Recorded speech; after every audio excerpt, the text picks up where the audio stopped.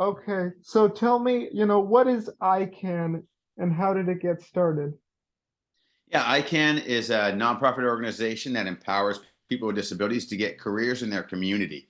And it started, my wife was a special education teacher. She was seeing students graduate from high school and not end up going to college or into the workforce. And I worked for Special Olympics and ran a much smaller disabilities program at the time. And so we started just exploring the landscape of what's out there in the employment sector for persons with disabilities. And we learned there wasn't a lot of agencies out there that, laser focused on employment. And we decided that we would have that be the focus of our nonprofit. And so we chose the name ICANN. It's about, the personalization of that empowerment. So it's, we want them to define what their ICANN statement is. If it's I can go to college, get a degree, I can attain, some sort of career goal. And so they outline that. Our clients outline their goals in their life as part of their adult life plan that we all have to make, right? We all, as we mature and grow through life, we have to determine what our goals are and try to develop a path to get there. And so we made that kind of the focus of the organization, and we work toward that. So that's kind of who we are and how we got started. Cool. So, like, what kind of services do you provide at ICANN? Specifically, that can be a very granular question, or it can be very broad. But we provide employment services in a couple different categories. So specifically, job finding. So we help a job seeker determine the path to the career they want, and we help them map that out of how to get from where they're at to the career they want, whether that includes education, certifications, or just getting them the job and functioning as an employment agency, finding them that job and working with HR. And then once they have the job, we provide what's called supported employment. So that's ongoing support, either, out of view of the employer or in view of the employer, depending on the client's choice. So they can meet with us on their lunch break. They can have somebody that's right next to them, helping them succeed at work. That's fully client determined. And then, annually making sure that they get their annual performance review, that HR recognizes them for who they are, and that they get annual raises, from their employers. So helping them negotiate that, navigate that process. In addition to that category, we also create jobs. So clients of ours who uh, may not have the traditional career path of, high school education and career. Maybe they want to learn a particular skill to work in a coffee shop or something. Um, so we create small businesses that help those clients learn those skills, get real world practice in that customer service, espresso making, all that stuff with those machines and things, and then we can approach employers to hire them at the conclusion of that. That's a fully paid position while they're training, so it's on the job training kind of thing. So we call that program Marketplace. We have what's called a partial work inclusion center in Long Beach, California, and also in Torrance, California. We have a couple of those, and we're expanding to a third this fall.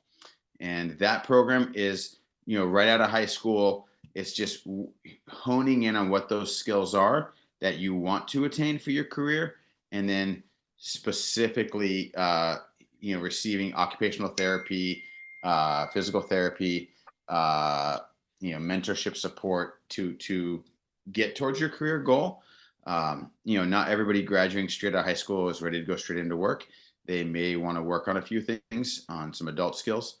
And so we have two partial work inclusion centers that work on that. And the requirement is that they have to want to work, and they have to want to work a minimum of 1 day a week to be in our program for that. And then we have a socialization program. Uh, let's say we get 150 people a job. Well, now they're in the community working.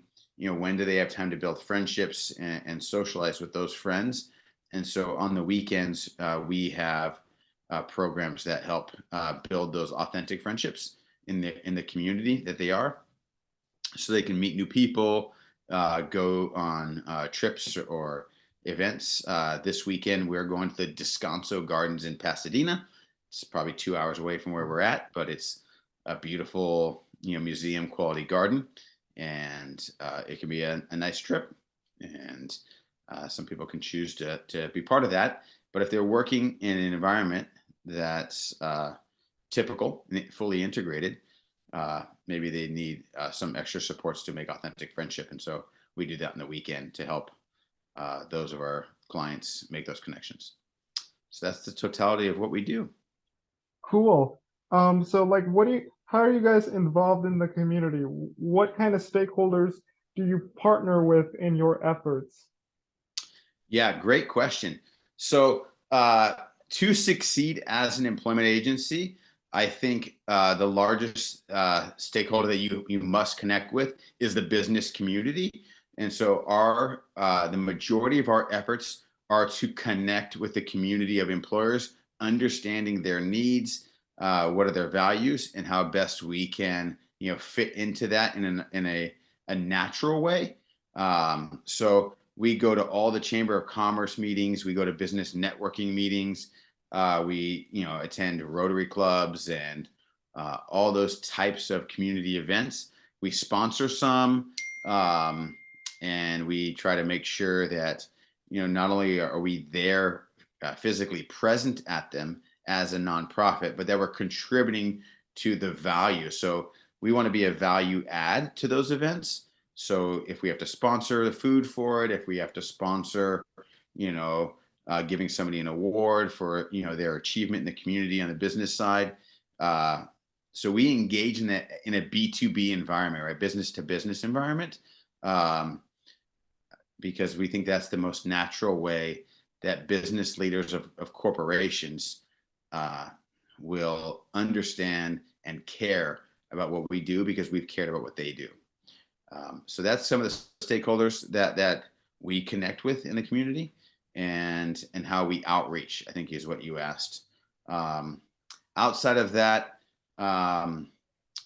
we have like an artist community within our organization. So clients who don't want to work a traditional job but want to create things. So all the art fairs and art collective type events, we make sure that our clients are registered, get to go and sell their products at those events. But that's kind of some of the key ways that we connect with the community. Cool. So like, what impact does your organization have on people with disabilities, specifically in this organization? Like, can you just Yeah, give me an insight into like sure. if they felt like confident, or like if like the products that you provided, really gave them a sense of like self-esteem, kind of like, you know what I mean? Yeah, I get exactly what you're saying. The statistic that is put out there by the state of California is 82% of people with disabilities are unemployed. And of those 18% that are employed, only 1.4% of that are receiving a competitive wage for their field. So that's a very dangerous and inhumane statistic. So if we believe as a culture in DEI, diversity, equity, and inclusion, that needs to be across the board, right? It needs to cover people of all races, all cultures, and all abilities. And so that's a major priority of ours as an organization, is to make sure that our clients are treated with equity in their corporations. And so if only 1.4% are getting a competitive wage for the job they're in, we try to fight for that and be an advocate. So that's addressing on the state level. One of my key leaders was just meeting with a bunch of politicians for a conference. And so she can fly to that and go to that and speak on the behalf of persons with disabilities. Also, as an agency that it helps people with disabilities get jobs. The self-esteem, the sense of personal empowerment when they're getting a paycheck that's competitive, because we do not do anything less than competitive for their roles. So that obviously builds a self-esteem if they are making $40,000 to $50,000 a year for a task that they're doing at their job, because now they can pay their bills. They can feel that sense of personal empowerment because they have money to make decisions with. The easiest way to have somebody be controlled by others is to take away their opportunity to earn money. Because when you have money, you can make decisions on how you spend your time, whether you go on vacation or not, whether you buy Hulu or you don't buy Hulu, right? That's making an enjoyment decision, and it takes money to make that choice. And so not everything takes money, but there are things in our world that do take money. And so we think our impact is our statistic of how many clients that we get jobs for in an annual year. And we really work to strive to be the highest producing agency in our area, which is Southern California. Cool.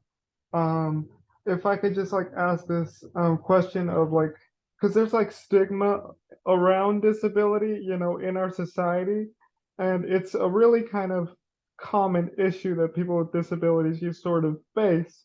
So like, how do you guys as an organization tackle that sort of, the stigma of, disability and ableism from like your perspective as an organization? Yeah, that is exactly what we do, right? That's the core of our business, is educating employers of of the humanness and the abilities of all of our clients. And so I think we address it in two categories. One is educating the employment community to erase that ableism mindset that was acceptable by society probably for the past 50 years. But as things become less and less accepted as perspectives to have or mindsets to have about a people group, right? This is a minority group that has been mistreated, in my personal opinion, been mistreated for many years in the employment community. And the statistics show that 82% unemployed, 1.4% are receiving a competitive wage. So number one is attacking on the education front, that they can achieve. They can be just as effective of a team player at your corporation as any other employee. They just need some reasonable accommodations. Reasonable accommodations is something that you can request from an employer, and that could be a special chair, that could be special work hours, it could be additional, sick time that's approved so that you can attend medical appointments, because maybe you have more medical appointments than a traditional employee.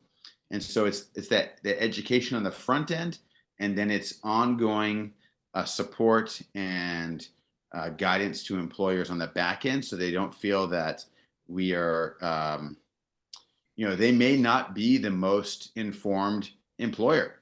They just may not understand the disabilities world. And so if we just give them somebody and say, hey, it'll be great. Here's Jimmy. Jimmy's going to work at your company. He can do these particular tasks. Thank you for agreeing to do it. All right, have a good time. Good luck. If we just do the handoff there, and it's a cold handoff like that, it can become a challenge, because their organization might not be as ready to take on that effort and to best support them. So we provide ongoing support. So it's not just a one-time deal. We provide ongoing support forever. Once a month, there's a phone call, and we talk to the employer, walk through some of the strengths and weaknesses that we're seeing, and how we can best support them moving forward.